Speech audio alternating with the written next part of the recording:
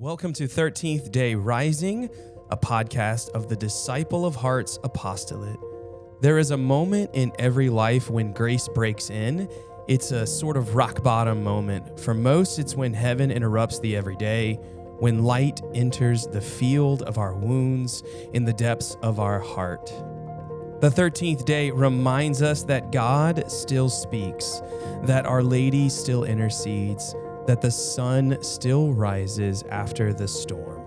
Here we tell the truth about our stories, we bring our wounds to the Father, we rediscover who we are because love does not force, love awakens love.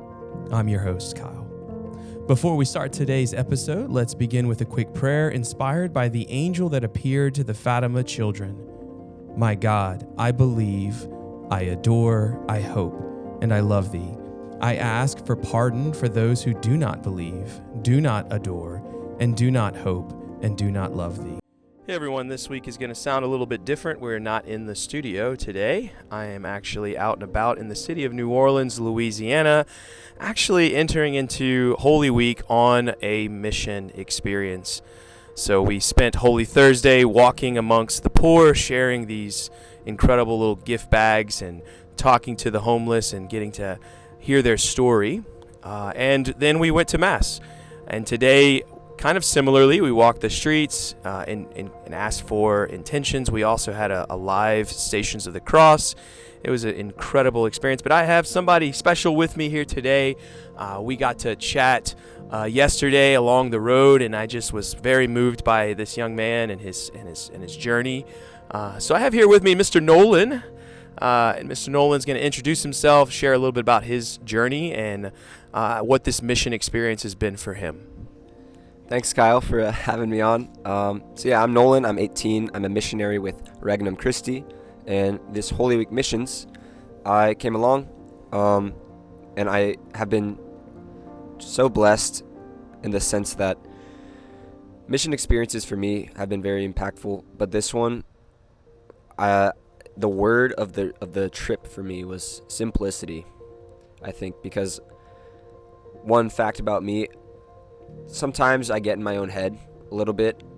I'm always worrying about what do other people think? Am I doing enough? Even through Lent, am I preparing for Easter very well? But once in a while, it's good, I think, to just stop, and then go serve. And so I try to come into it with that attitude, which is, hey, Lord, I'm here. I'm not worthy, but I want to serve. So as Kyle said, helping the homeless and giving them all these gift bags and our prayers and our conversation has been amazing, not just because of that it's impactful for me, but we're just helping others out as well. And there's one encounter that I want to talk about for a couple minutes, which was this guy, Frank. And it was about 9 p.m. last night. Frank is a homeless man who has pretty much nothing. But he was sitting on the wall of the big church, the St. Louis Cathedral. And I sat down next to a good friend of mine with Frank. And we had sort of a, not off-putting, but a little disappointing experience, just not getting conversations with people, because of nerves and non-responses. So we just sit down next to Frank. We introduce ourselves, and he's a very humble, simple man with next to nothing. And he started talking about his Catholic faith, and we shared ours too. And it was such a normal conversation that it almost seemed strange, because, you think homeless, oh, this is going to change my life. It's going to be really uncomfortable. It's going to be all these things. But we just sit down next to Frank, and he's giving us some advice that I asked for. I just tried to listen patiently because he's a lot older than me, and I asked him about his life, and he was just saying how even though he has almost nothing, he has the church, the good folks there come around once a day and kind of provide for him. He's the only sober homeless man in that whole kind of block of the city, and so he honestly is a little bit of a shepherd for the other homeless people. They kind of feel like they can come to him for help. And that was really the extent of our talk. We had small talk, we joked, and it just felt like I was, talking to a friend. So by the time we had left, it had been like 40 minutes with Frank, and we had already actually been supposed to move on, but my friend and I just didn't want to leave because he was such an authentic, down-to-earth guy. And so I was just thinking back to before missions, how I said, God, I want to come here with simplicity and not try to overdo it. And you can't force life-changing moments. And so I said, God, even if I get nothing out of this whole trip, I'm just here to be simple and serve others. And talking to Frank reminded me of that and made me realize how fortunate I am. And all in all, it was just a wonderful, wonderful experience. And he's in my prayers now for sure. And honestly, this whole Holy Week has meant a lot to me as well, because this time last year was pretty much when I decided to be a missionary. And for me, high school felt like a pressure cooker. I had all these different things telling me what to do. And I have very good influences. My parents, my family, all so supportive and loving. But due to my own getting in my head, that tendency, that vice of vanity, I was stuck. And I didn't know if I was going to go to college or something else.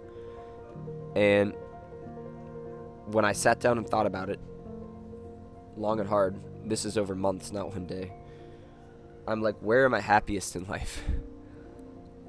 And it's with the missionaries. It was with the priests that I grew up with. It's with serving and going out to share my faith with others in spite of the fact that I'm a sinner.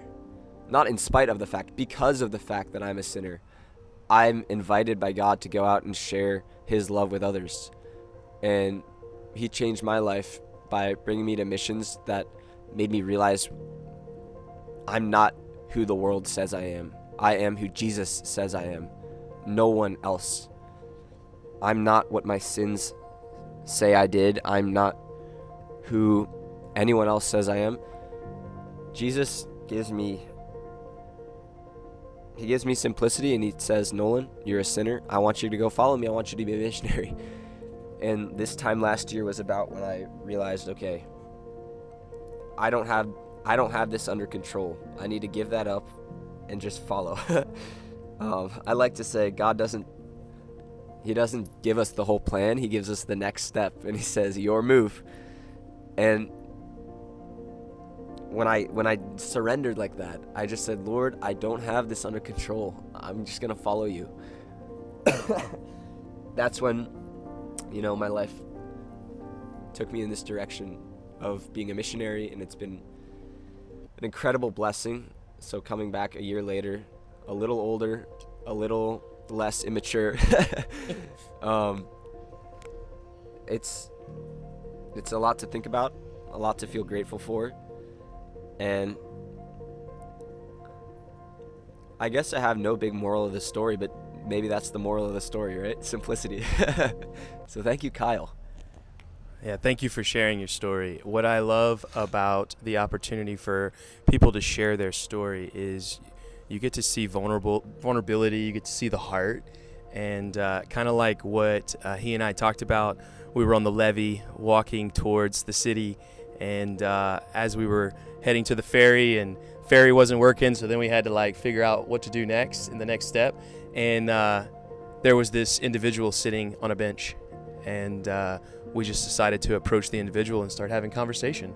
And it's through the story, it's through listening to other people and inviting their story to be shared that the gospel gets to be proclaimed, because the gospel is good news. And so all of us as missionaries, as we go out into the world to listen to others, to spread the gospel, we have to remember that it's about the simplicity, like you said.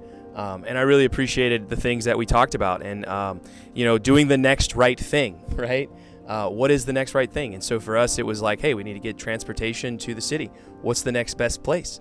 the bus stop. So we're like, we have to walk. So we walked some more, and we found our destination, and it brought us to someone who was sitting there. And certainly the appearance of this particular individual was not necessarily people that we would normally approach. But because we were asking for the eyes to see and the ears to listen, we felt like it was necessary to share and to have that conversation. So thank you again, man, for sharing your heart today. And I hope and pray that this Good Friday today, as we celebrate the day that our Lord goes off to Calvary and gives birth really to the church.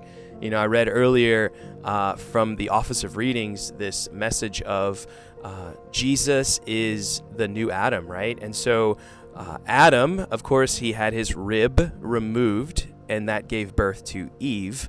And so Jesus, while he was hanging on the cross, was pierced in the side by a lance, and out came the blood and the water. And the blood representing the Eucharist, and the water representing baptism. It is the birth of his bride, the church, and we are the bride of Christ. That wherever the groom is, there is the bride, and wherever the bride is, there is Christ. Thank you for joining us, and I hope that this 13th Day Rising is a great podcast. Please like, share, and subscribe. God bless.